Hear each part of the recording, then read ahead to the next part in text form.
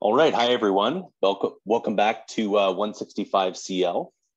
We're in week 3 now. So what we're gonna do is we'll jump in. So we're on our second day of working on lab module 1. This is that sugar water experiment that we're doing so that we can identify phase boundaries. So in terms of what we're gonna cover today, we're going to start by discussing some important modifications very slightly to our experimental procedure. We'll actually go and perform the water sugar experiment. I mean, I did this, took videos, I'll show them to you. And then we're going to analyze the data and you'll have the opportunity to finish writing your report as well. All right, so first thing to do is talk about some slight modifications that I had to make as I started to run things. So my original plan on paper sounded great. I said I was going to take and keep the math really simple and use 300 milliliters of water. But as I got in the lab and I started looking at what I was doing, I was a little bit more critical of that decision. So if you think about right here, 300 milliliters means that about half of my container is water to begin with. And we have to remember that when we were talking about looking on the water sugar phase diagram, we're talking about looking on the sugar-rich region. We're trying to see where that solid sugar phase comes out. So we're going to put quite a bit into this mixture. And in fact, we were talking about going up and above 75% sugar. So we're going to need to put a lot in there. Now, we have a liquid and we're putting solid into it. So some of it will mix up. So it doesn't exactly, if we go to a 50-50 mixture, it doesn't necessarily double the volume exactly. But this idea of 300 milliliters is just too much, okay? So what I had to do is say, I'm going to go and take and cut this in half. I'm only going to do 150 milliliters. And then I'm just going to rerun those calculations I did before. So I'll recalculate what's the composition in terms of weight percent for changing different amounts of weights of sugar, redoing it now with having 100 milliliters being 100 grams of water. Okay, so I can go back in, take whatever volume of sugar I have, think about what that means in terms of weight and what that means in terms of weight percent. One thing I want to point out is that, because I'm using relatively common measuring containers, I was somewhat limited. In this case, I was going in increments of quarter cups, okay? In theory, if I really needed to, I could go and change my units or use smaller and smaller vessels, but I kept with that same set of measuring cups because it actually works out fine. So this is the range of values we're going to get. These are the compositions we're going to look at. And if you look at this on our phase diagram, I again replotted the range in which we're trying to understand where we're isolating that phase boundary. This has shifted a little bit over to the right just because we've changed our methods just slightly, but we're still covering at all these different temperatures the range at where we expect to see that transition. So we're still hitting the fundamental stuff that we care about. Okay, so again, this is our expected data. We're going to go through and run 3 sets of experiments. We're going to start with this container of water, and I'm going to put in progressively more sugar and keep track of how many phases are at each of these points. Okay. So this is where I went and did this. I taped myself separately. So to go see this, what you should go do is pause this video. And then you can either click on the link that's in the slides that you can download from our website, or if you just go to our homepage, I'll have a link right there so you can click on it, okay? So we'll pause for a second, go watch this and see how I ran the experiment for 20 degrees C.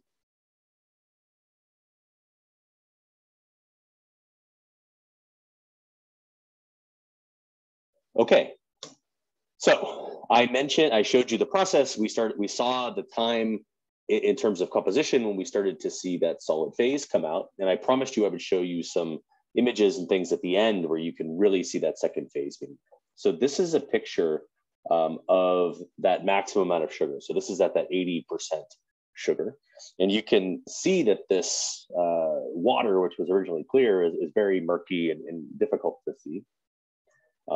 If I take this over and try to look at what's inside of the system, it's very obvious if I put my scoop down and pull out that there's solid stuck to that piece. So here is a chunk of, in this case, it still has some liquid and solid on there because I'm holding it this way. But if I turn it sideways, all the liquid runs off this little spatula, and I'm left with this blob of sugar at the end. Okay. And another way to see that is I can take this, pour out all the sugar water, so the liquid part of the solution, into the sink and clean it out. But before I clean out this container, I find that there's this huge chunk of solid stuck at the bottom. So when I turned and tried to pour it out, it wouldn't pour out. So the way our data looks is I can go in and again, write down how many phases I saw at each point. At the beginning, I only had one phase, just that liquid solution. But eventually, when I started to see two phases in those last collection of data points that I took, right? So what that means in terms of our phase boundary is we can make a little mark here. So it's between the 62.5 and 66.7 that I have a transition in where I am on that phase diagram.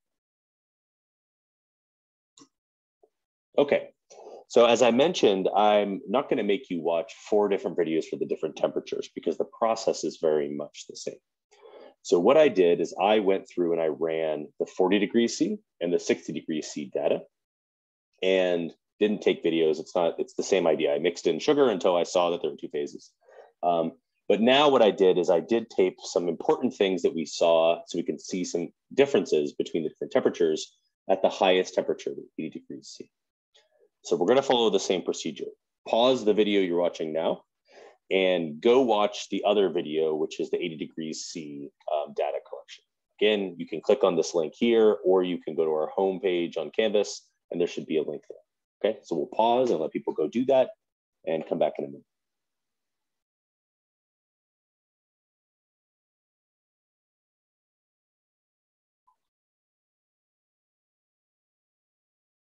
All right, so just to talk about some of the different things that we saw at that higher temperature.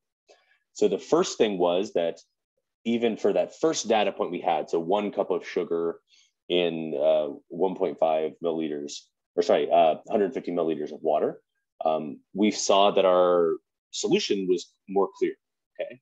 So the thing, visually, we could just tell that it looked a little bit differently. And what I did is I tried to keep track through that whole process to see some of these different, how that clarity of that liquid was reduced as we kept adding more and more to the solution. This is that, not the absolute final point, the final point right when I started to see the 2 phases come out, right when I started to see the solid come out into my sample. And I showed this a little bit on the video, but it was actually kind of cool that in the middle of that vortex, or that sort of tornado of where the water was agitating and spinning, the solid piece in this case actually came out in that region.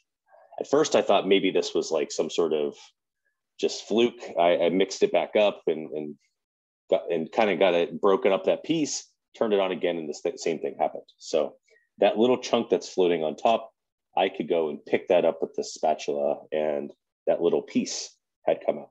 Okay, so remember, this is the point where I'm in a 2-phase state, but just barely. So most of my material, the vast majority, is liquid solution, but just a little bit of solid is there. Okay. Now, this is showing this table in the final state where I went and plugged in all of the different numbers of phases that I counted at each point. And again, at each of these temperatures, as I go down this list, where I have a transition from 1 to 2, is the phase boundary is somewhere in between. Okay. Now, one thing that's also worth pointing out is that we don't have perfect resolution with this experiment, right? So since I'm going in increments of a 1/4 cup, I can only move a few percent at a time. Okay. Ideally, in a perfect world, if you really wanted to find exactly where this boundary is, you would move very, very small amounts, 0.1% or something. So for example, in this case, we see that the transition at 20 degrees C and 40 degrees C happened at nearly the same place. So it happened between 62.5% sugar and 66.7% sugar. Now, the exact value that happened is likely not the same. So on our phase diagram, we know that as the temperature goes up, the solubility goes up. So my guess and theoretically would be that 40 degrees C can have more sugar in it before that second phase comes out. But with the way that this experiment was designed, we can't distinguish that those two temperatures looked exactly the same. Okay. So it's important to recognize and acknowledge and be critical of the limitations of whatever type of experiment you're using as well. Okay, so now we have everything we need. So after last week, you had what you needed for the introduction and the topic description. So why were we doing this experiment? What was our goal? Why did we pick this system? What methods we were using and things like that. And now you have all the data. So go back to this slide. If you download the slides, you can just even extract that data off of that and input it into Excel or MATLAB or whatever type of program you like to use to analyze things. You can go and sort of replot that data, look at and try to find what that phase boundary looks like, and think about what this means, how it relates to what we predicted, things like that, as part of our discussion. Okay, so I just wanted to finish with a quick note on your analysis. So, for example, rather than just look at that table, one thing you could do is a really good thing to do would be replot this data so that you can compare it with that figure, that original phase diagram that motivated us. So if, for example, we were motivated by trying to find this interface here, we could try to replot our data in a way that connects with that same type of visualization. So what I did is I went through and replotted this. I like MATLAB, so I used MATLAB and I used a function called gscatter. Basically, it's a scatter plot, but it allows you to color things according to groups. So I did this so that I could color things according to groups of one phase or two, okay? And I could start to see where that data is, and I can see where that phase boundary is and how it changes at the different temperatures. And this is just a more zoomed in image of that. So you can start to see that that interface lies somewhere along here. All right, so you have everything you need. You have the data. I have shown you videos of how we would collect that data and things like that. We talked a little bit about analysis. So you're ready to run and ready to finish your write-up on the project. Again, please remember to look at the template. I kind of gave you the different types of questions and things to think about. But again, a reminder that, those Wednesday working sessions that we have, if you have questions or sort of unsure of how to do something, please come and ask me or Yunfei, our TA, questions, and we'll be happy to help. All right, so we're at the end of my little video here. I will see you all on either Wednesday or Friday. Take care.